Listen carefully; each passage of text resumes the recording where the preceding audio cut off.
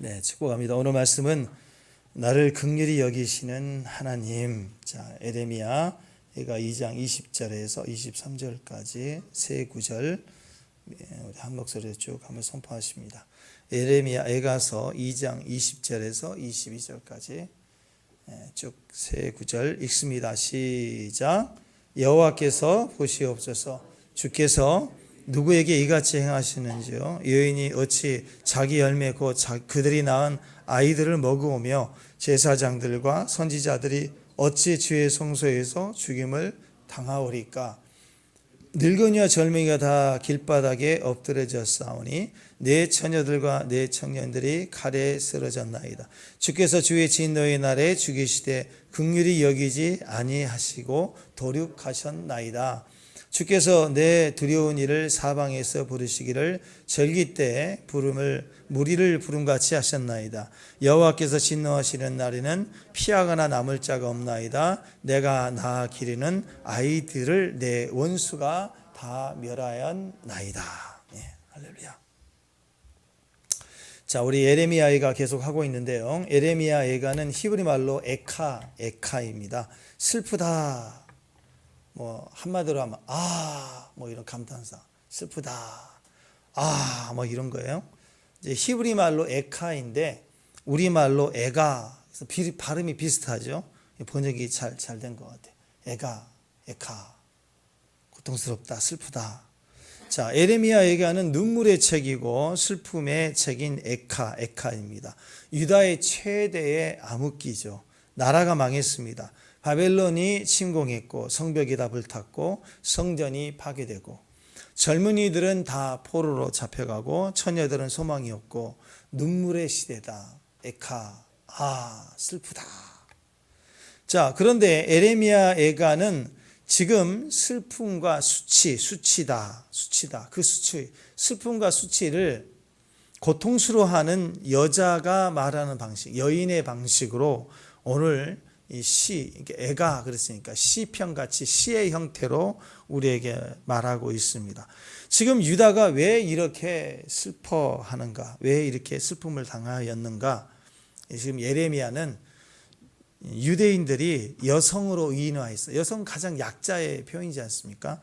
그래서 여성으로 의인화해서 한마디로 말하면 신랑을 잃어버렸어요. 신랑이 죽었어요. 신랑을 잃어버렸어요. 신랑이 없는 신부의 슬픔과 수치다. 이렇게 말하고 있습니다.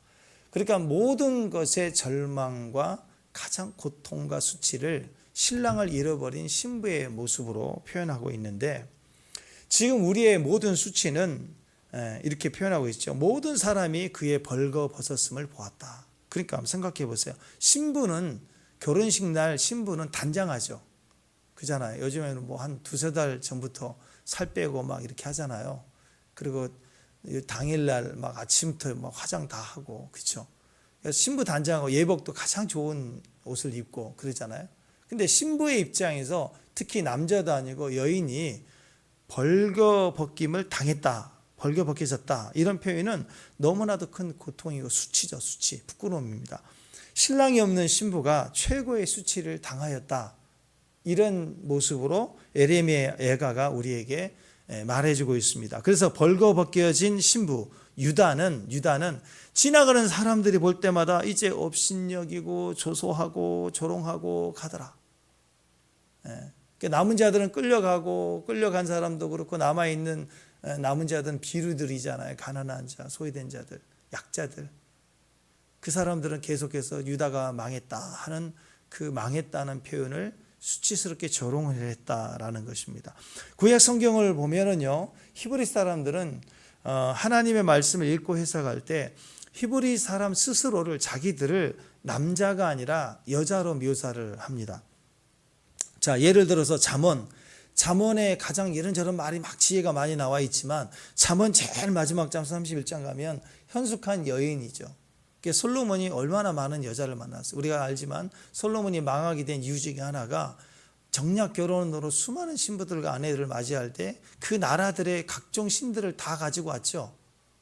그래서 왕궁과 이스라엘이 온통 무당푸닥거리하는 장소로 바뀌어버린 거예요. 그러니까 솔로몬이 이 세상에서 제일 지혜롭다고 하는데 그 지혜로운 자가 현숙한 여인을 못 만난 거예요. 그러니까 아내를 잘 만나야 제 솔로몬보다도 똑똑한 거예요. 아멘. 자기 아내를 지혜로운 현숙한 여인으로 만나신 남자들만 아멘. 할렐루야. 양집사님 할렐루야. 네, 축복합니다. 그러니까 세상 똑똑해도 아내 잘못 만나면 꽝인 거예요. 꽝. 그래서 잠언 마지막 이 세상이 길고 날고 뭐 아무리 많은 학위를 가지고 있고 똑똑해도 부인을 잘못 만나면 잠언에서 실패한 거예요. 그 앞에 있는 모든 내용에 미련함이 되는 거예요. 현숙한 여인을 만났다. 가장 지혜롭고 똑똑한 남자입니다. 그래서 이 잠언의 마지막 장이 현숙한 여인에 관한 이야기잖아요. 그리고 현숙한 여인이 아가서에서는요, 신랑을 기다리는 여자의 모습이에요. 그러니까 신랑이 만난 최고의 아내는 늘 자기 신랑만을 바라보는 아내. 그러니까 신랑을 존중하고 존경하는 거죠. 너 결혼식 주례하는 것 같네. 자, 여러분, 그 다음에 전도서에서도요. 전도서 뭐야? 헛되고 나오잖아. 그게 무슨 말이에요? 미숙한 여인의 모습. 신랑이 있는데 신랑을 인정하지 않는 여인. 신랑이 없는 잃어버린 미련한 여인. 막 헤매는 여자의 모습이 전도서의 모습으로 표현을 하고 있습니다. 에레미야 애가 오늘 이 책은요, 신랑이 없는 신부가 당하는 비참함이에요. 이스라엘의 지켜줌, 이스라엘의 보호는 하나님인데, 신랑 대신 하나님인데 하나님을 잃어버린 거예요. 하나님을 거역한 거예요. 그걸로 인해서 열방의 수치를 당했다라는 것입니다. 또 에스더서 여러분 잘 아시죠? 정신 차린 여자의 모습이에요. 그죠? 돌아오라 70년 만에 예루살렘 회복이 돌아오라 그런데 70년 동안 살면서 너무 돈을 많이 벌어가지고 돌아가기 싫은 거예요. 그 열방에서 페르시아 땅에서 개기고 있네. 하나님 하만을 시켜갖고 저들을 싹 몰살하고 저들의 돈을 싹 가져다가 왕에게도 바치고 내가 치부하리라. 그래가지고 날짜 정해서 사륙의 날이 정해졌잖아요. 정신 차리지 못한 이스라엘, 정신 차리지 못한 아내가 죽으면 죽으리라고 에스더가 대표로 기도해서 뒤집어버리고 다시 디아스포라 돌아오는 거예요. 이게 에스더의 내용입니다. 또 마지막 다니엘서에는 이제 신랑과 함께하는 신부의 모습이 얼마나 마지막 때 강력한 능력이 있는가. 사자의 굴에 들어가도 산다. 신부의 모습을 표현하고 있습니다. 다니엘서에서 요한계시록과 이어지도록 그렇게 해석을 하고 있어요. 강력한 신부는 신랑이 오심이에요. 신랑이 중심에 계심. 우리 요한계시록 했죠. 중심의 신랑인 예수님이 오시는 거. 내가 속히 오리라. 주님이 오시면 끝난다. 아멘. 그래서 적그리스도가 오고 무슨 짐승표 받고 뭐 전쟁이다. 여기에 걸려서 그 턱에 탁 걸려가지고 못 넘어가고 있으면 안 돼요. 재앙 심판으로 오지 말고 그 마지막에 신랑의 오심을 보셔야 돼요. 신랑이 오시면 어린 양이 혼인잔치로 들어가면 모든 것을 다스리고 통치하신다. 그 믿음을 가지고 소망을 가지고 우리 신부인 교회가 깨어나야 된다. 그게 전부 여인의 모습으로 표현하고 있습니다. 그러니까 신랑을 기다리는 여자, 현숙한 여인, 미숙한 여인은 무너지고 망해지지만 신랑을 잃어버린 신부의 모습이 오늘 애가거든요. 에레미야 애가 비참한 꼴을 당하지만 그러나 신랑에 향하여 애쓰어서 정신 차려라. 정신 차리고 다시 신랑이 함께할 때는 세상의 대적을 이기는 대승리가 있을 것이다. 이런 예언적인 의미를 결혼 관계에서 우리에게 설명을 하고 있다라는 것입니다. 히브리 사람들은, 유대인들은 이런 종말론적인 신부의 영광을 생각하면서 자기들의 절기와 더불어 예배를 항상 지켜갔다라는 거예요. 그래서 이러한 이 성경의 모습들을 보면 교회가 결국 그리스도가 교회의 머리가 되시잖아요. 우리 교회의 머리가 주님이시기 때문에 몸된 교회는 신랑 대신 예수님과 떨어지면 안 돼. 절대로 떨어질 수가 없어요. 축복합니다. 아멘. 그래서 해골의 곳이죠. 내 생각하면 안 돼. 내 판단하면 안 돼요. 해골의 곳이에요. 굴고다가 거기 십자가를 꽉 꽂았어요. 해골 죽어버린 뇌가 뭘 생각하겠어요? 우리의 지혜와 우리의 똑똑함은 다 해골바가지가 생각하는 거예요. 죽은 거라, 선악과라고. 그래서 머리로 생각하지 말고 믿어야 되는 거예요. 믿으면 구원이 있고 신랑 되신 예수님이 우리에게 믿음의 승리를 주신다라는 것입니다.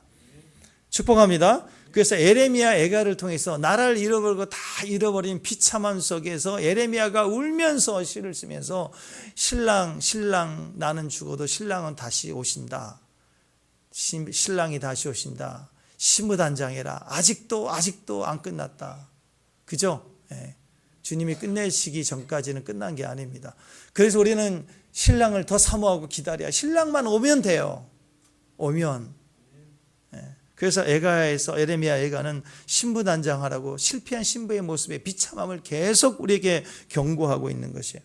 그러니까 지금 신부인 유다가 얼마나 큰 고통을 당했는가, 오늘 구절로 보면 계속해서 반복적으로 얘기를 하고 있습니다. 그 이유는 신부가 신랑을 거절했어요. 의도적으로 거절했어요. 하나님을 거절하고 예수님을 거절했기 때문에 결국 삶이 비참해졌다. 그래서 슬프다, 슬프다, 에카. 신랑 없는 신부는 비참합니다. 하나님을 거절하는 인간의 모습, 예수가 없는 인생의 비참함을 얘기하고 있습니다. 위로자가 없다는 거예요. 세상은 멸망으로 가는데 위로자가 없어요. 지켜주는 이가 없어요. 우리는 절망 가운데 영원한 지옥으로 갈 수밖에 없다. 예수님을 떠난 인생은요, 망합니다. 제가 저주를 하는 게 아니라 망하는 거예요. 비참해지는 거예요. 그걸 깨달으라 얘기하는 거예요. 이 말은요, 탕자처럼 교회 밖으로 나가서 방황하는 사람들을 말하는 게 아니라 지금 교회 안에 있으면서 겨우 입술로만 주여 주여 하고 종교적인 행위를 하는 것만 이것으로도 구원이 있지 않겠는가라고 생각하는 어리석은 자들에게 하는 이야기예요.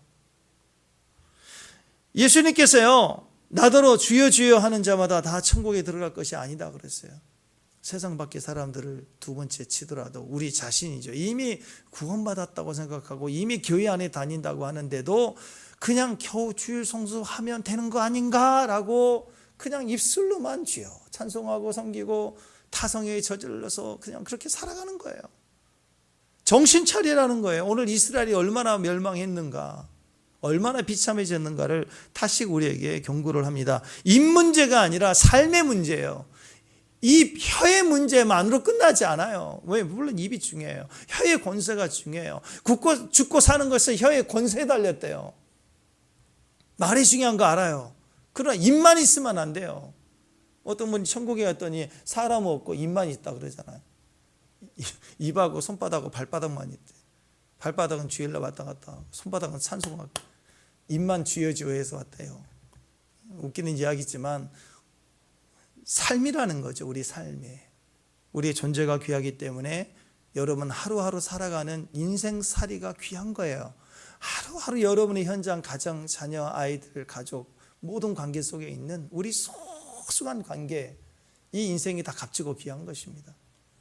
그래서 우리가 우리 입만 주여주여 하지 말고 그 삶 속에서, 그 어려움 속에, 고난 속에, 고통 속에, 억울함 속에, 비참함 속에 그곳에서 계속 중보가 되고 기도를 해야 된다는 거예요.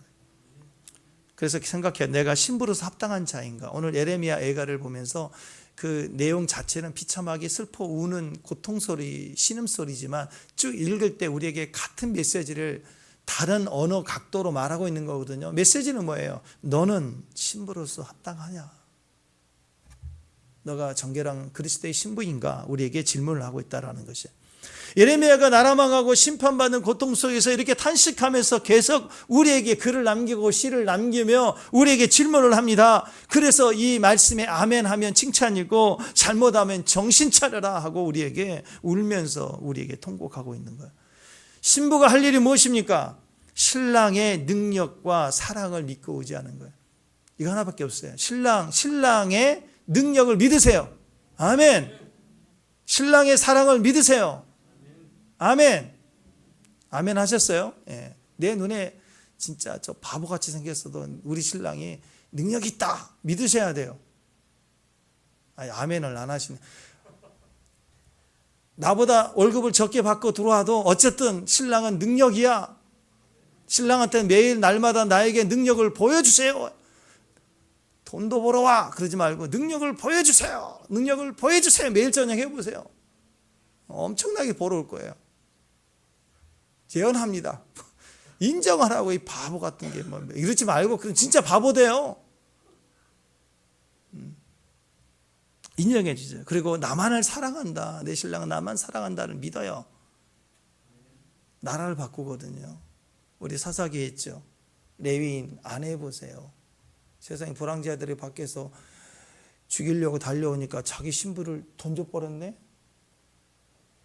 그리고 지는 문 닫고 안 나와. 벌벌 떨면서. 이 레위인 바보 같은 놈. 남편. 그런 남편이 어디가 있어. 자기 아내를 자기가 죽어야지. 자기 아내를 내주고 문을 닫아버렸네. 이런 못된 남편이 어디가 있어.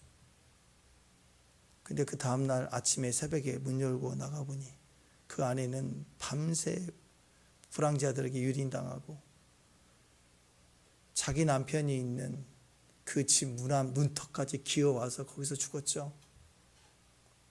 그게 신부의 사랑이에요. 때로는요, 하나님 나를 친 것 같아요. 오늘 여기 있잖아요. 하나님이 우리를 멸절했다고. 하나님 나를 친 거라고 그러죠. 때로는 인생을 살면 하나님이 내 자식 데려가고 내 건강 데려가고 내 물질 데려가고 기도하고 고통스럽게 외치는데 나를 던지는 것처럼 느껴질 때가 있어요. 신부는 그럴지라도 끝까지 신랑을 향하여 내 신랑은 나를 사랑한다 하고 신랑을 향 사랑을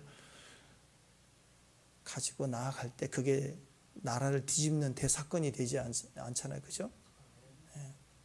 그게 신부의 사랑입니다. 요한계시록에서는 그것을 신부단장이라고 해요. 신부가 할 일이 뭐냐면 그래서 나의 신랑은 능력이 있다. 내 신랑은 은혜가 많다. 내 신랑은 어떤 상황에서도 나를 보호한다. 여러분 우리가 그걸 믿는다면 그걸 믿는 신부들의 모습은 단장하는 거예요. 신랑이 온다 그러면 단장해야 돼. 그러니까 우리 신랑 저 평생 원수 그러지 말고 정말 내 신랑이 나를 능력 있고 나를 사랑한다라고 믿는다면 신부는 신랑이 올 때마다 뭐 하고 있어야 돼요? 퍼자면 안 돼요. 퍼자면 청소해놓고 신부 단장 화장도 하고 그렇게 하라고요. 신부 단장하는 모습. 우리가 예수님 마지막 때 이 땅에 오실 때 우리 주님이 우리를 지켜주시고 우리의 구원이 되시고 우리의 능력이시고 우리를 사랑하시는 것을 믿는 교회는 어떤 교회냐? 신부 단장하는 교회입니다. 오늘 예레미야가 신랑 없는 신부의 비참함, 음행과 사치로 표현하잖아요. 요한계시록에 예수님 재림하시기 바로 직전에도 그 멸망 마지막 앞에 서 있는 교회의 모습을 그렇게 얘기하고 있어요. 요한계시록 18장 9절 10절 보면 이렇게 얘기합니다. 읽어보십시다. 시작. 그와 함께 음행하고 사치하던 땅의 왕들이 그가 불타는 연기를 보고 위하여 울고 가슴을 치고 그의 고통을 무서워하여 멀리 서서 이르되 화이또다 화이또다 큰 성 견고한 성 바벨론이여 한 시간 안에 내 심판이 이르렀다 하리로다. 음행이 뭡니까? 음행은 하나님 없는 만족이에요. 주님 내 신랑이 없는데 너무너무 만족하고 있는 거예요. 이게 음행이라고요. 자기 사랑하는 신랑이 아닌 남자와 즐기는 거.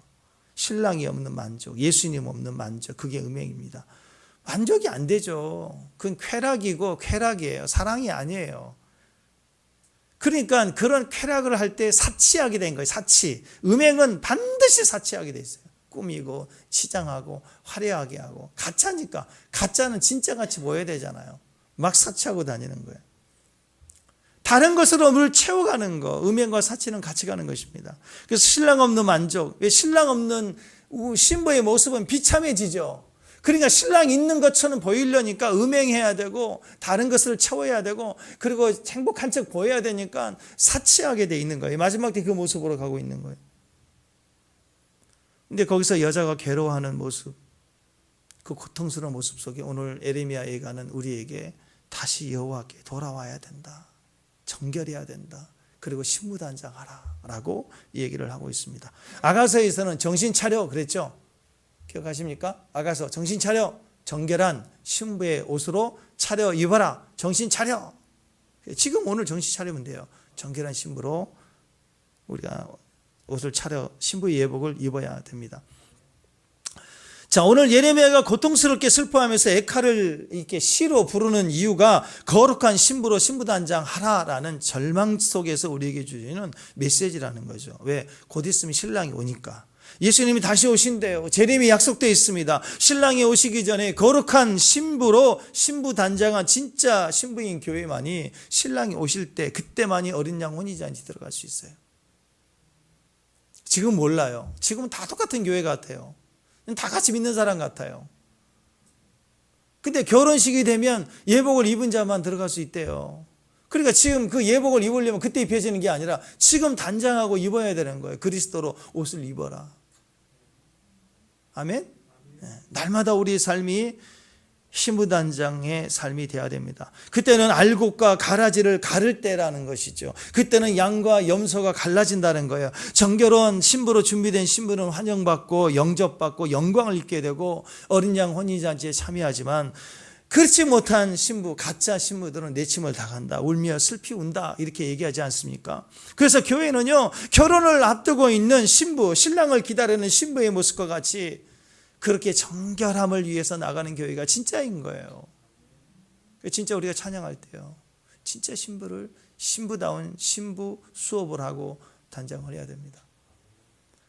결혼 직전에 있는 모든 남녀들이 결혼에 대한 소망을 가지고 이렇게 준비하지만 결혼 날짜를 잡아야 되잖아요. 잡아야 예식장도 예약을 하는 거고 그리고 또 집도 구하고 그러지 않습니까? 그러니까 신부단장은 언제냐? 진짜 신랑 신부를 만나서 결혼 날짜를 잡을 때예요. 그러니까 진짜 신부인가 아닌가를 알려면 신부의 꿈이 얼마나 큰가, 꿈에 부풀려 있는 이야기를 들을 때가 아니라 진짜 날 잡았다, 청첩장이 있다, 그럴 때 아 진짜 신부다. 신부단장은 거기서부터 실제로 시작이 되는 것입니다.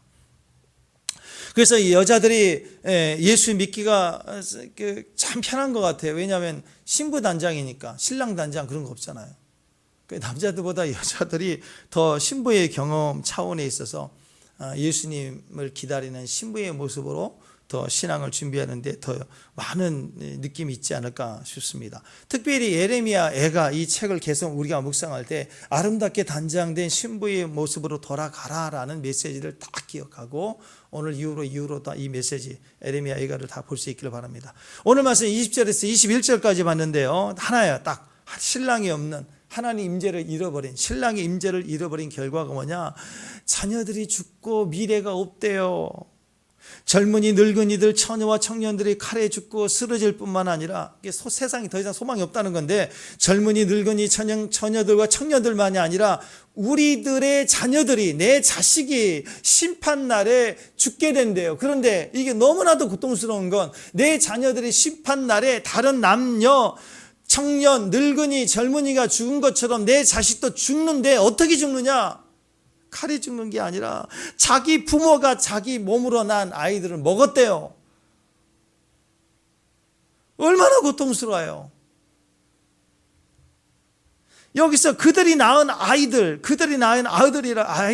하는 것은 우리에게 신랑이 있는데 그 신랑을 거절하고 다른 걸 의지하는 모든 것들의 대표가 바로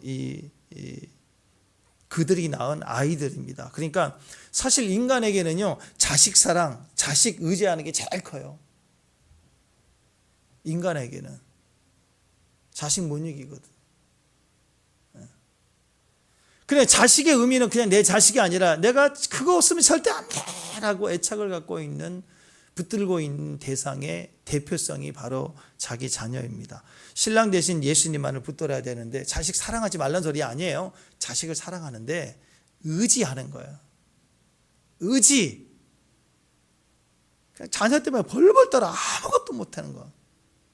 심지어 주일도 제껴버리고, 자식 때문에 자식 일 터지면 다 제껴버리는 거예요. 예수님이라는 신랑 말고 다른 걸 의지하는 모든 것들은 무너진다. 예표의 대표성으로 자식을 얘기하고 있어요. 하나님 뺏어간다가 아니라, 하나님이 아니라 내가 하는 자식 사랑, 내가 하는 자식 사랑은 내가 내 자식을 결국은 잡아먹게 되는 비참함으로 간다는 거예요.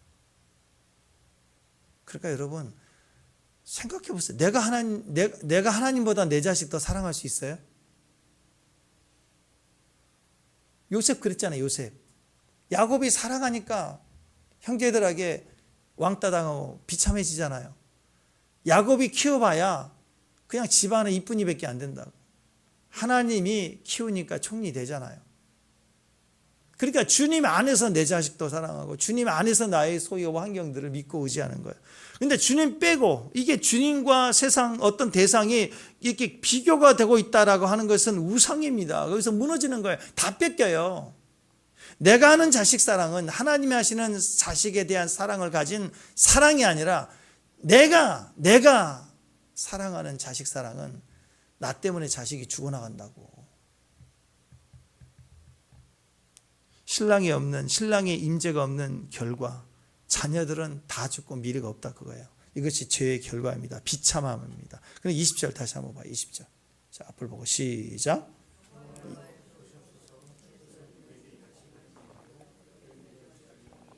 그들이 낳은 아이들을 먹으며 아이들이 죽어요. 그 다음에 나온 게 뭐냐? 제사장들과 선지자들이 어찌 주의 성소에서 죽음을 당하는가. 자, 자식만이 아니라 두 번째로 제사장과 선지자들이 성소에서 죽임을 당했대요. 무슨 말입니까? 하나님께서 우리의 종교적인 제도, 종교 행위, 종교인들을 심판하신다는. 그러니까 종교 지도자들, 선지자, 제사장들 다 하나님이 박살내신대요. 왜? 계속 이어서 보면은 절기와 안식일의 특징은요, 반복적으로 우리에게 절기를 주시고 안식일을 주시는 것은 하나님 앞에 예배로 반복적으로 드리는 거예요. 반복적으로 예배를 드리라고 만들어 주신 제도가 절기의 제사이고 매 안식일을 통해서 하나님 앞에 제사하라고 우리에게 정해 주신 겁니다. 왜냐하면 한 해가 흘러가는 게 봄, 여름, 가을, 겨울처럼 이 절기를 지켜가면서 이스라엘 3대 절기는 반드시 예루살렘에 와서 제사를 지내고 갔잖아요. 또 매 안식일마다 제사를 통하는 그 제사 행위를 통해서 예배를 통해서 신부는 신부단장을 하는 거예요. 거룩한 하나님의 백성으로 신부단장을 하는 거예요. 절기와 안식일을 통해서 보호도 받고 공급도 받으면서 신부단장을 해가는 것이 성도의 삶이라는 것입니다. 그런데 너희들이 절기를 패했어요. 예배를 안 드립니다. 그러면 너도 버림을 받는다 그 얘기예요. 유대인의 속담에 유대인이 안식일을 지킨 게 아니라 안식일이 유대인을 지켰다라는 정통적인 속담이 있습니다. 유대인들이 전 세계적으로 디아스포라가 돼서 다 흩어져 살았지요. 거의 1900년 가까이 나라가 없었어요. 근데 1948년도 이스라엘 건국되면서 보니까 방금 전까지 나라가 있었던 사람들처럼 안식일을 지킴으로 인해서 그 나라가 그대로 유지가 됐어요. 그 백성들이 지금까지 그 백성이 유지가 됐던 거예요. 이유가 뭐냐 했더니 그게 이제 그 각 나라 1900년 가까이 중국에도 뭐 할뻔 거기도 유대인 마을이고 이제는 우리 인도 갔을 때도 거기 유대인 마을이 있었잖아요. 전 세계 유대인들이 흩어 살았고 혈통이 동질화되고 피부도 동양처럼 바뀌어지고 있지만 그들은 하나 안 바뀌는 건 안식일을 계속 지켰던 거예요. 그런데 1900년, 2000년이 다 돼가도 이스라엘이 건국되면서 모이라 했더니 그대로 유대인이 되어 그대로 남아서 모이게 된 거예요. 그러니까 그 민족을 지켰던 힘은 안식일이었던 거예요. 안식일. 우리가 예배를 지킨 것 때문이다라는 것입니다. 오늘 또 주일인데 우리가 예배를 드리잖아요. 그럼 예배가 지금 우리를 지키는 거예요. 여러분이 예배를 지키는 게 주일을 지킨 게 아니에요. 주일이 여러분을 지키는 거예요. 내가 예배를 드린 게 아니고 예배 때문에 내 건강, 내 소유, 내 가정, 내 직장 이 모든 것이 다 지켜지고 있다라는 거예요. 지금도 보세요. 이렇게 코로나 이후에 많은 예가 있지 않습니까? 신조어가 탄생했습니다. 가나안 성도, 가나안 꼬꾸라면 안 나가. 그래서 교회를 안 나가요. 근데 그분들이 교회를 떠난 게 아니에요. 예수 믿는 사람이에요. 다른 타종교로 가는 게 아니라고. 근데 예수를 믿는데 교회는 안 나가겠대.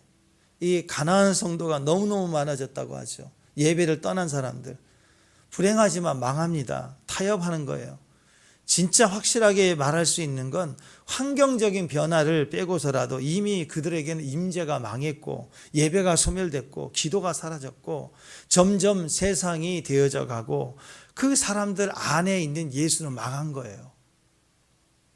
비참한 거예요. 그래서 오늘 주님을 잃어버리고 신랑을 잃어버린 유다 민족의 마지막 최후 모습을 에레미야 애가가 이렇게 고통스럽게 얘기하고 있지 않습니까? 곧 있으면 점점 사망의 소리가 들려온다는 거예요. 병들고 망하고 행복할 수가 없다는 사망 소리가 들려온다는 거예요. 조금이라도 그런 사망의 소리가 들립니까? 그러면 여러분 오늘 이 말씀 기억하십시오. 리턴! 다시 예배로 돌아와라. 주일 지키면 산다. 주일 지키는 것부터 사는 거예요. 주일 지키는 것부터. 예배를 떠나면 알거지. 마지막 때 짐승표 받고 짐승이 너는 내 것이다 하고 일을 친다고. 예배는 경배예요. 예배는 엎드리는 거예요. 엎드릴 때 내가 너에게 내 인을 친다 하고 주님이 우리를 인쳐주시고 우리를 보호하시고 너는 내 것이다 하는데 우리가 짐승 앞에 경배하면 짐승이 우리를 너는 내 것이다 하고 짐승표를 준다는 거예요. 그게 요한계시록 사건입니다. 근데 여러분이 어려운 상황 속에서도 예배를 붙들고 안식일 또 절기를 붙들고 주님의 말씀 붙들고 살아남자 그게 주일의 의미인데요. 그러면 하나님이 우리를 일어서게 하세요. 우리가 일어서는 거 아니라고 하나님이 일어서게 합니다. 새로운 일을 경험하게 합니다. 지금 조금이라도 요즘 내 주변 상황이 어렵습니까? 여러분 조금 어려움 당하신 분들 잊지 마세요. 그 어려울 때 내가 하나님 말고 다른 걸 의지한 것이 있는가 확인해 봐야 돼요.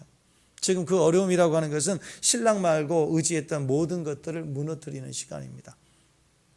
주님이 오실 때 주님이 가까이 오실수록 임재가 강해질수록 우리는 무너지는 일들이 일어났어요. 어떤 것이 무너지느냐? 주님 외에 내가 의지했던 것들이 계속 무너지는 거예요. 여러분 기독교 역사상 가장 위대한 인물 중 한 사람으로 뽑고 있는 성 어거스틴이 있습니다. 어머니 모니카는 눈물이 마르도록 자기 아이를 위해서 기도하죠. 그러나 어거스틴은 교회를 떠났어요. 마니교라는 이단 교회에 빠지고 17살에 벌써 창녀와 동거하면서 14년 동안 결혼 생활을 해요. 그러면서 아이까지 낳고 방탕합니다. 엄마 모니카가 얼마나 아파요. 신앙도 무너졌죠. 인생도 타락하죠. 방황하죠. 근데 그 엄마가 기도했는데 기도의 결과인지 그 몸을 파는 여자하고 헤어지고 또 12살이나 더 어린 좋은 여자와 약혼을 해요. 이제 좀 풀리나라고 생각하는데 약혼해놓고 결혼하는 그 사이에 또 다른 여자 만나러 다니며 방탕하는 거예요. 그 어머니 모니카의 눈물이 마를 일이 없죠. 어머니 모니카의 계속된 기도에도 불구하고 어거스틴은 나는 더 큰 세상 로마로 가야 된다 하고 로마로 또 떠나버리네. 어머니 모니카의 기도는 얼마나 벽에 부딪혔을까. 기도해도 자녀는 더 큰 타락의 모습을 보이는 거예요. 로마에 갑니다. 잘 안 되니까 밀라노로 또 가요. 근데 거기서 영적 교성 암브로시우스를 만나요. 거기서 어거스틴이 깨지기 시작합니다. 기도할 때 기도하고 기도했는데 너무너무 매달려 기도하는데 저 절망을 당할 수도 있고요. 더 무너질 수도 있고 더 내 뜻대로 안 되는 일이 분명히 일어날 수도 있어요. 그때 어떤 일이 벌어집니까? 기도하는 자에게는 그 기도가 한계를 당하고 기도가 멈춰지게 되죠. 예, 기도가 계속될 수 없어요. 너무 고통스러울 때는 기도가 안 나오거든요. 근데 그것이 기도를 통해서 우리를 무너뜨리시는 하나님의 축복입니다. 어머니 모니카가 눈앞에 있는 자식이 방탕을 볼 때 그 자식을 위해서 엎드려 기도했죠. 근데 자식이 멀리 떠나가 버리니까 이제 나는 끝났나 싶을 거 아니에요. 그 어머니 모니카가 암브로시우스를 찾아가서 마지막 한계에 달한 자기 의지를 보입니다. 내가 자식을 위해서 기도했지만 이제 아닌 것 같아요. 기도를 포기하겠습니다. 그때 암브로시우스가 그래요. 눈물의 자식은 망하지 않습니다. 그래서 다시 모니카가 기도합니다. 그리고 굉장한 일이 하나 벌어지죠. 모니카는 자기 자식을 위해서 지금까지 기도했어요. 그 말은 자식을 의지하고 자식 때문에 자식만 바라보고 기도한 거예요. 근데 자기 한계가 끝나버리니까 기도가 바뀝니다. 하나님을 의지하며 기도하게 돼요. 같은 기도인데 좀 달라졌어요.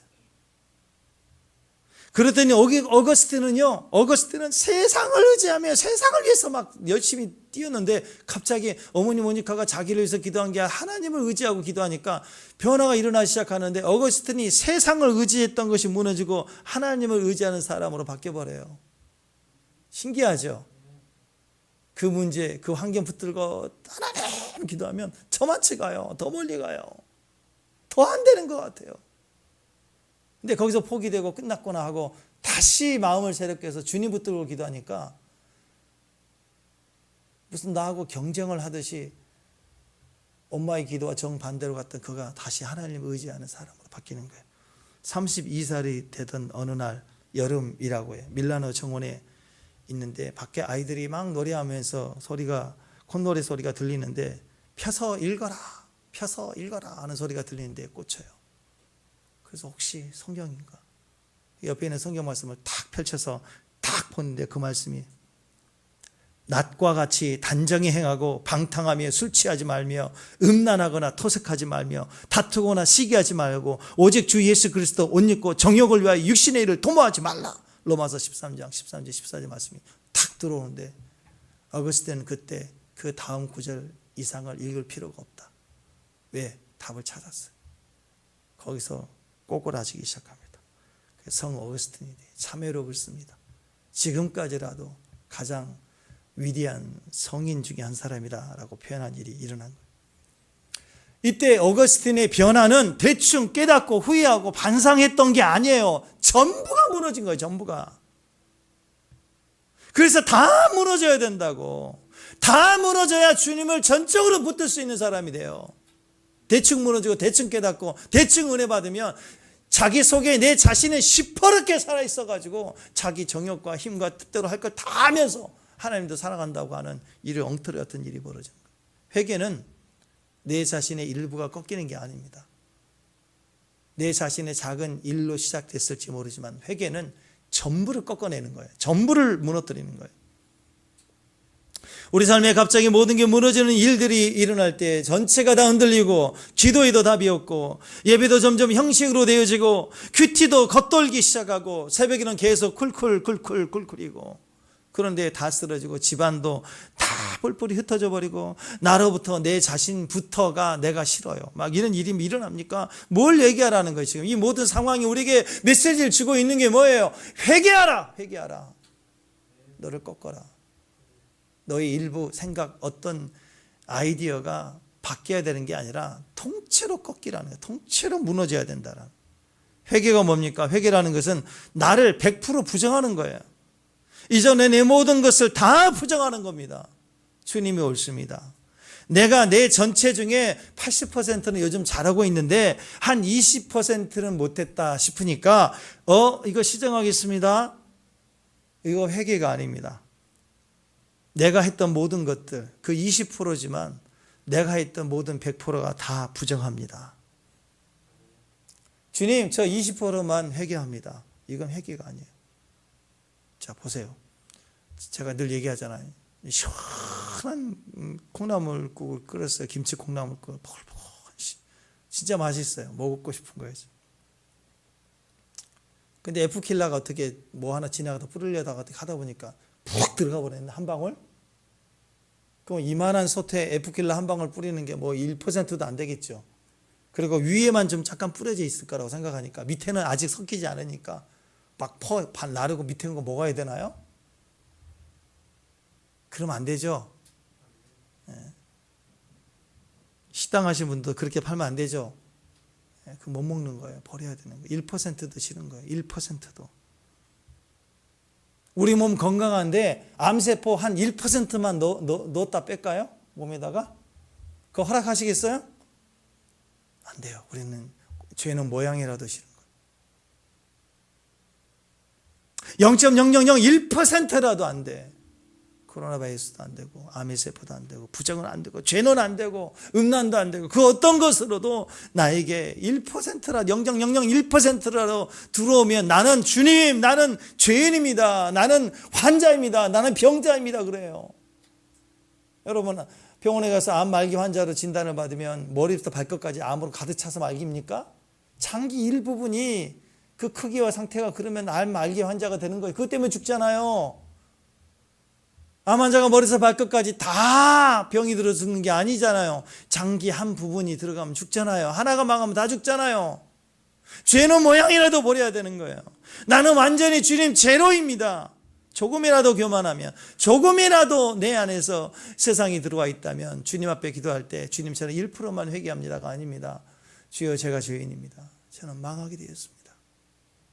라고 자신을 100% 꺼트릴 수 있는 사람이 회개입니다. 이게 철저한 신부단장의 시작입니다. 회개가 언제 왜 이렇게 우리에게 이렇게 힘들까? 회개는요, 이렇게 전부를 꺾어야 되니까 회개가 어려운 거예요. 만약에 우리의 회개가 내가 지금 깨닫는 것만 한다 그러면 우리는 회개가 쉬워요. 그것만 100% 중에 80%나 또 20%만 한다 그러면 회개도 쉽고 공평하고 또 내가 좀 의인스럽고 그러잖아요. 그 옆에 있는 사람보다는 낫죠. 나는 80% 잘하고 20% 악하고, 저 사람은 한 50% 악하고 50% 착하니까 내가 저 사람 앞에서 회개하면서 내가 좀 높은 거예요. 근데 그게 회개예요? 아니죠. 나에게 0.1%만 들어와도 내가 죄인인 걸 엎드리기 때문에 이 세상에 내가 죄인 중에 괴수다라고 얘기하는 사도 바울처럼 우리 자신이 전부가 부정하고 부인되는 것, 그게 진짜 회개예요. 그래서 힘든 거예요. 이 전체를 깡그리째 다 무너뜨리고 100% 내 자신을 부정합니다 라고 정직한 모습으로 주 앞에 서는 모습, 그게 사도 바울이었죠. 한번 보십시다. 빌립보서 3장 7절 한번 읽어보세요. 바울처럼 읽어보세요. 시작. 그러나 무엇이든 내가 유익했던 것을 내가 그리스도를 위하여 나가 다 해로 여길 뿐이다. 유익했던 거 100%도 배설물로 여긴대요. 다 해로 여긴대요. 왜? 그리스도만 얻기 위해서는. 8절 9절 또 있습니다. 시작. 또한 모든 것을 해로 여기면 내 주 그리스도 예수를 아는 지식이 가장 고상하기 때문이다. 내가 그를 위해 모든 것을 잃어버리고 배설물로 여기면 그리스도를 얻고 그 안에서 발견되게 함이니. 자 보세요. 그리스도를 얻고 내가 그 안에서 나를 발견하기까지는 이 모든 해뿐만 아니라 내 안의 즐거움, 내가 잘했던 것까지 다 통째로 주님 앞에 해로 여긴대요. 배설물로 여긴대요. 다 꺾을 수 있다. 성도의 신부단장하는 모습입니다. 다윗을 보십시오. 하나님 마음에 합한 사람, 딱 그러면 다윗이잖아요.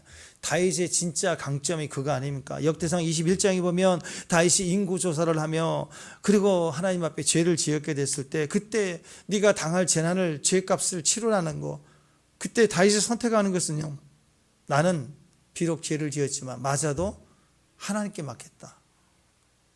그렇죠? 그런 근성, 그게 신앙의 근성인데요. 축복도 하나님께 받겠다. 아멘. 혹시 심판을 당하도 나는 하나님께 매를 맡겠다. 그죠? 모든 것을 다 하나님께로만 나를, 내 자신을 채우겠다. 자기 인생의 징계조차도 세상 징계 안 받겠다. 나는 하나님께 맡겠다. 그게 다윗의 중심이었다라는. 아브라함도 그랬습니다. 아브라함도 창세기에 아브라함을 보십시오. 아브라함 가는 곳마다 제단을 쌓고 갔잖아요. 시작에 다 하나님이었다는 거예요. 하나님 인정했습니다. 너는 내 사람이다. 하나님이 인정해 주셨어요. 근데 창세기 14장에 가서 보면 북쪽 4명의 왕들이 와가지고 자기 조카 롯을 잡아갑니다. 그때 다윗은 훈련된 자기 집안에 있는 가병들, 노예들, 종들 중에 좀 똑똑한 놈들 318명을 데리고 4명의 북쪽 왕들을 대항해 싸우러 가가지고 다 쳐부셔요. 그리고 조카 롯을 다 찾아오고 그의 가족도 다 되찾아옵니다. 돌아옵니다. 그랬더니 남쪽에 있던 빌빌대는 5명의 왕들, 북쪽 4명의 왕들 앞에 힘도 못 썼던 5명의 왕들이 한 가장의 족장에 가서 다 휘젓고 찾아오니까 5명의 왕들이 그때 와가지고요, 대표로 소돔 왕이 와가지고, 자 창세기 14장 17절 한번 보세요. 시작. 아브라함이 구돌라오멜과 그의 함께한 왕들을 쳐부수고 돌아올 때 소돔 왕이 샤웨의 골짜기 곧 왕의 골짜기로 나와 그를 영접하였고, 남쪽 왕들이요 그 소식 듣고 와가지고 아브라함에게 와가지고 인정합니다. 아브라함 참 너 대단하다, 환영한다, 우리 잘 지내보자. 그러니까 여러분, 하나님이 인정하고, 하나님만을 인정하고 사는 사람은 세상으로도 반드시 인정받게 하는 날이 와요. 지금은 핍박이지만. 축복합니다. 아브라함이 인정받았던 이유가 뭐냐면 사람에게 인정받으려고 그럴 때는 무시당했는데 사람이 인정이 아니라 하나님께만 인정받겠습니다. 그랬더니 결국 하나님이 우리에게 세상을까지 다 더불어서 인정받게 하는 일을 주신다라는 거예요. 그래서 아브라함은 나중에 이 소돔 왕이요 너무 우리 친하게 지내자 하고 막 뭔가 이렇게 아브라함이 이기고 가져온 전리품을 주려고 그럴 때 아브라함이 뭐라 그런 줄 아세요? 자, 23절 읽어보세요. 시작. 아브라함과 치부하였다 할까 하여 내게 속한 것은 실 한 오락이나 들매끈 한 가닥도 내가 가지지 아니하리라.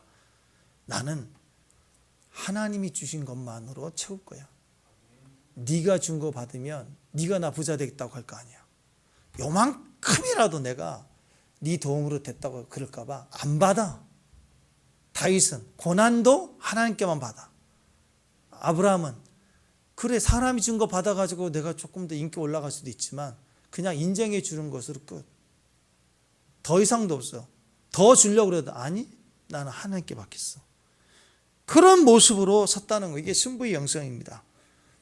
신부가 신랑을 의지하는 오직 신랑 대신 예수님만 의지한 것으로도 공급받고 보호받고 또 모든 것을 채워지게 된다라는 거예요. 그래서 신랑 대신 예수님만으로 제가 서겠습니다. 이게 회개예요. 회개는 그거예요. 온통 주님만 붙드는 거예요. 부족할 때마다 주님 붙드는 거예요. 약할 때마다 주님 붙들고 나가는 거예요. 그게 회개의 모습이라는 것입니다. 오직 예수로만 제가 채우겠습니다.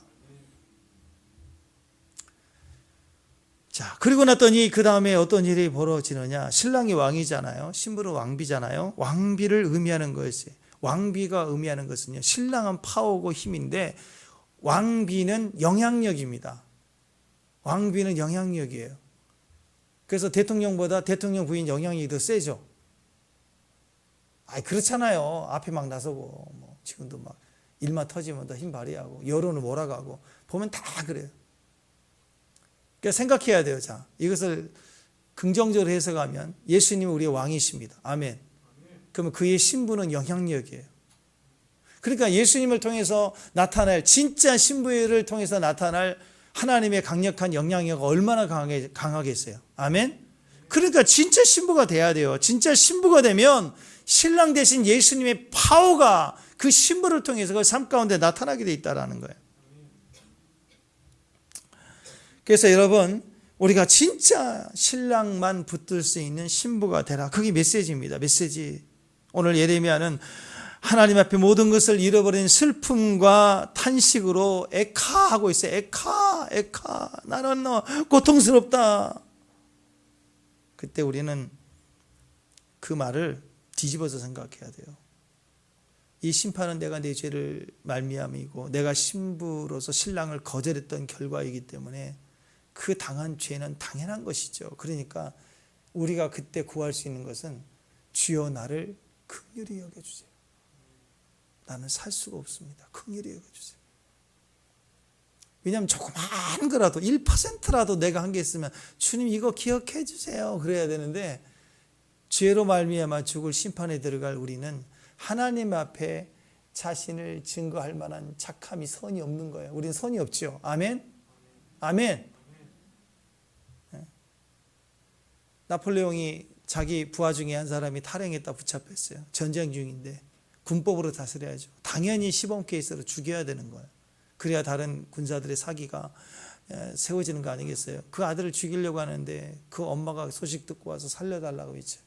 그 엄마가 독자래요. 아들이 너무 원통하대요. 울면서 우리 아들 살려달라고 외치는데 나폴레옹이 인간적으로 미안하다고 살려주고 싶지만 전시 상황이라 나라를 위해서 이는 죽어야 된다고. 그래야 국가가 사니까. 그랬더니 이 어머니가 무시무시한 말을 합니다. 당신은 황제가 아닙니까? 은혜를 베풀어 주세요. 거기에 나폴레옹이 감동을 먹어. 그렇지, 내가 황제지. 짐이 용서하노라. 그러니까 우리가 다 지옥 갈 인생이에요. 살면서 조금 엄마 말씀 잘 듣는 거, 어버이날 카드 쓸 때 쓰는 거, 그거 천국 못 가요. 아무리 잘해도 예수 없으면 천국 못 가. 우리 다 지옥 갈 수밖에 없어요. 근데 하나님께 이렇게 구하면 돼요. 은혜를 달라고. 하나님 왕이시다고. 그래서 우리가 이 진노의 날에 예레미야가 오늘 슬퍼하면서 우리에게 신부단장을 하라고 얘기할 때 신부는 자기 힘이 아니라 신랑의 힘을 사용하는 영향력입니다. 그러니까 신부는 지금 오늘부터 신부 되신 여러분 절대적으로 우리 남편들을 우리 남편은 능력 있다. 아멘. 우리 남편은 힘 있다. 나를 보호한다. 어떤 상황에도 나를 보호하고 내 필요를 채운다. 라고 믿으시길 바랍니다. 아멘. 말대로 돼요. 말대로. 우리도 마찬가지입니다. 주여 우리는 죽을 수밖에 없으나 오직 진노의 날 마지막 날에 주님은 우리를 긍휼히 여겨 주옵소서. 주의 긍휼함을 여겨 주옵소서. 긍휼히 여기다. 이 하말이란 단어인데요. 가엾게 여기다. 불쌍히 여기다. 신약에서는 예수님이 불쌍히 여기다 이 말을 사용하셨어요. 자, 스플링크 니조마이 이 단어를 사용해서 불쌍히 여겼다라고 주님 말씀하시는데, 자, 마가복음 1장 41절 한번 읽어보십시다. 앞으로 보고 시작.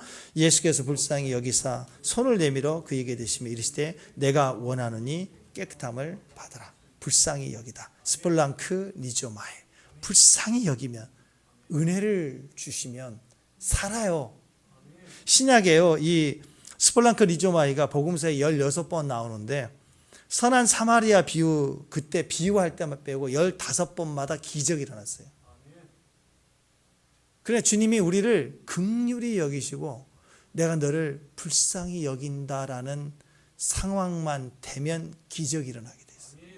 특별히 이 단어를 사용할 때. 심판 날뿐만 아닙니다. 절망적일 때, 어려울 때, 고통스러울 때, 너무너무 나에게 아무런 내가 벗어날 구원의 근거가 없을 때 우리는 뭘 찾아야 되느냐? 하나님 나를 불쌍히 여겨주세요. 그때 주님이 내가 너를 불쌍히 여기노라. 스플랑크 니조마이. 그러면 그게 기적이 되는 거예요. 우리 삶에 모든 것이 뒤집어지고 역전이 되는 거예요. 불쌍히 여기는 것은 따지지 않는 거예요. 그러니까 주님 앞에서 우리가 회개할 때 정결한 신부로 옷을 입을 때 우리가 주님 앞에 설 때마다 저는 80%는 오르니까 20%만 회개합니다 하고 머리를 뻣뻣하게 세우고 있으면 불쌍히 여겨질까요? 아니죠. 불쌍히 여기는 건 뭐예요? 오히려 더 의로울지라도 의인이 더 간절히 엎드려서 주여 내가 죄인입니다. 나를 불쌍히 여겨주세요. 그럴 때 주의 긍휼함이 그렇잖아요. 잘못한 동생보다 동생 엄마 내 동생 용서해줘 하고 옆에서 막 잘한 큰딸이 막 얘기해주면 마음이 녹잖아요. 의인일수록 회개해야 돼요. 의인일수록. 그럴 때 하나님의 스플랑크 니조마이 내가 나를 긍휼히 여긴다 하고 주님의 기적이 시작되는 것입니다. 열왕기상 8장에 보면 솔로몬이 성전을 봉헌할 때요 법궤를 옮겨놓고 성전 봉헌할 때 성전에다가 법궤를 두면서 뭘 거기다가 심어놨냐면 하나님과 사람 앞에 불쌍히 여기는 은혜를 이곳에 두시옵소서라고 하나님 앞에 그 은혜를 성전에다 박아놨어요. 열왕기상 8장 50절 이거 한번 읽어보십시다. 자, 시작. 범죄한 백성들을 용서하시며 주께 범한 그 모든 허물을 사하시고 그들을 사로잡아간 자 앞에서 그들로 불쌍히 여김을 얻게 하사 그들을 불쌍히 여기게 하옵소서. 나라 망하고 포로로 끌려갔던 유다 백성들이 이제 에레미야 해가지고 나라 망했습니다. 70년 뒤에 돌아오죠. 그때 어떻게 돌아오죠? 독립운동했어요? 아니죠. 어떤 일이 벌어졌어요? 바벨론이 망하고 페르시아 제국이 세워졌는데 고레스 황제가 강력한 무시무시한 황제입니다. 사이러스. 근데 그 왕이요 히브리 민족들이 70년 만에 돌아간다고 합니다. 그래? 고레스에 고래? 그럼 가. 그럼 세금은요 우리가 대. 그때 바벨론이 뺏어온 거 다 갖다 줘. 그 나라가 갑자기 해결이 된 거예요. 70년 만에. 왜 그렇게 되었느냐? 솔로몬 성전 때 솔로몬이 여기다 심어놨어요. 사로잡아간 자 앞에서 그들로 불쌍히 여김을 얻게 하사. 고레스가 유대인들을 볼 때 긍휼한 마음이 들어서 주님의 마음으로 그래서 돌려보내라. 바로는 그 말을 안 들어서 뒤지게 터지면서 10번의 박살나서 돌아오지만 때가 되면 하나님이 이방 사람들로부터 긍휼을 얻게 하세요. 저는요, 하나님 앞에 늘 은혜를 입은 사람들의 모습을 많이 봐요. 처음 여행지 가는 곳에, 처음 선교제 갈 때마다 신기합니다. 계획한 것 이상으로 막 사람들 도와주고 먹여주고 입혀주고 계속 그래요. 근데 어떤 사람은 여기 살면서도 허덕거리고 싸우고 계산하고 사는데 여행지에 가가지고도 카운터에서 싸우고 방 때문에 싸우고 계속 분쟁하며 싸움닭으로 사는 여행자들이 있고, 어려운 일이 생길 만한데도 도와주고 입혀주고 먹여주고 은혜를 입는단 말이에요. 여러분, 은혜가 얼마나 중요한지 몰라요. 대적왕 고레스 황제에게도 은혜를 입게 하시는 하나님의 약속이 성전에 있다는 것을 꼭 기억하십시오. 이번 주에 여러분이 만나는 모든 사람들로부터 은혜를 베푸십시오. 그리고 은혜를 받으십시오. 할렐루야. 네. 식당에 가도 더 주고. 진짜 그래요. 진짜 그래. 제가 그런 분들을 지켜보면서 느끼는 게 평소의 삶에 내 계산하지 않고 퍼져요. 나눠주고. 그러니까 낯선 곳에 가서 내가 퍼준 사람에게 보상이 오는 게 아니라 낯선 곳에 갔는데 처음 만난 사람들로부터 보상을 계속 받아요. 여러분, 이쁜 거하고 이쁘게 봐주는 거하고는 다르죠. 이쁜 것은 그냥 이쁜 거예요. 아, 이쁘다? 끝이에요. 근데 이쁘게 봐주면 은혜가 돼요. 더 해준다고. 이쁘게 봐주면. 원리가 뭐예요? 은혜의 원리입니다. 조건 나쁘고의 문제가 절대 아닌 거예요.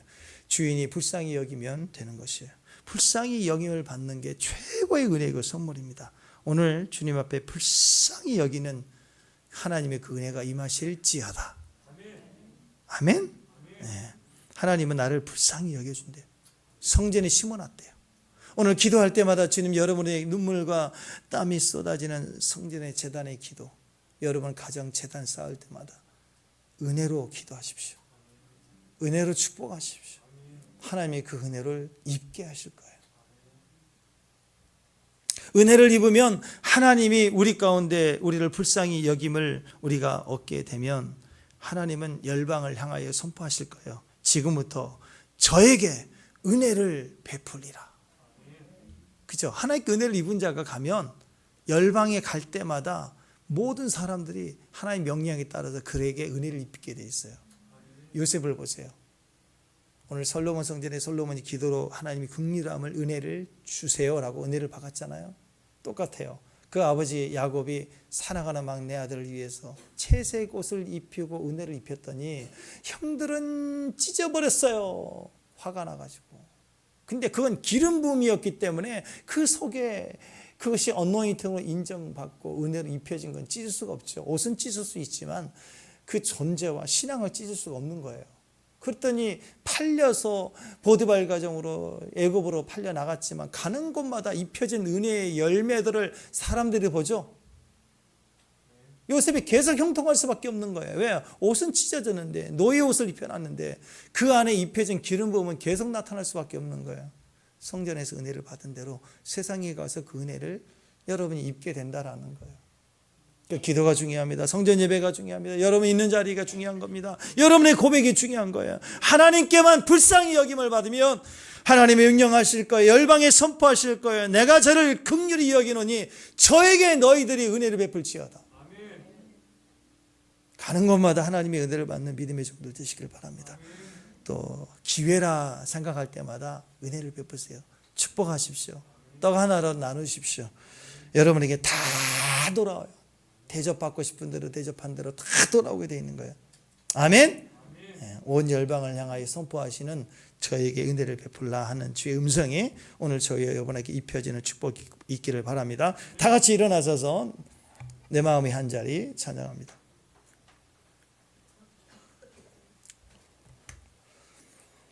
자, 골고다 언덕의 십자가를 바라보십시오.